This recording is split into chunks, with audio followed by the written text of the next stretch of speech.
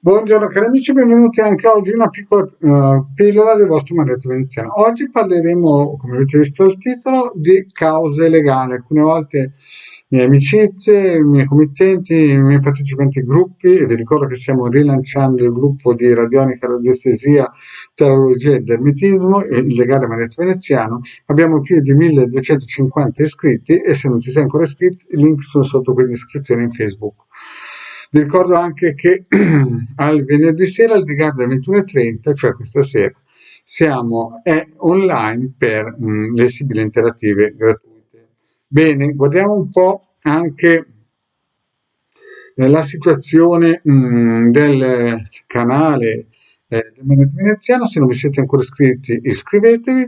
In più vi voglio ricordare che sul sito capitano.altavista.org avete più di 20 ebook da scaricare gratuitamente e ne hanno già scaricati 150.000, di cui praticamente 2 milioni di circuiti radionici parlanti e radiestesici ci sono stati dati a Marietto Veneziano, targati Marietto Veneziano.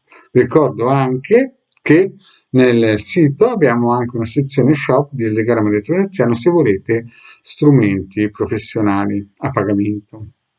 Bene, vediamo un po' di cosa si tratta. Questi tre circuiti. Il primo circuito, per in un certo senso una causa legale, i circuiti trovati tutti nel sito capitano.altavista.org.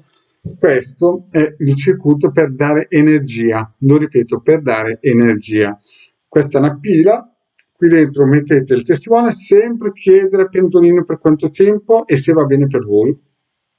Quando voi utilizzate questi circuiti ricordatevi sempre di usare e fare l'ovetto colorato e il cerchio di fuoco. Se non sapete come farlo andate a cercare nel canale vostro Marietto Veneziano, se no lasciate stare. Questo circuito per darvi energia, perché se avete una causa legale chiaramente mancherà energia, no? E questo è importante, è il primo. Quindi vi mettete dentro e lasciate fin quanto un pendolino ve lo dice. Il secondo circuito è questo qua, proprio per le cause legali, creato da Marietto Veneziano. Mettete dentro il vostro testimone e l'intento, chiedete sempre il tempo al pendolino, sempre. E lasciate fin quando il pendolino vi dice di lasciarlo. Questo è per la protezione della causa legale. Guardatelo bene. Bene. Il terzo circuito molto importante da utilizzare è quello del coraggio, perché per una causa legale alcune volte ci vuole il coraggio. Bene, questo circuito sempre lasciate il vostro testimone, vedete? Lo trovate nel sito capitano.altavista.org. E quindi chiedete sempre al pendolino per quanto tempo questo circuito del coraggio, questo per la causa legale e questo qui per ricaricarvi a livello energetico.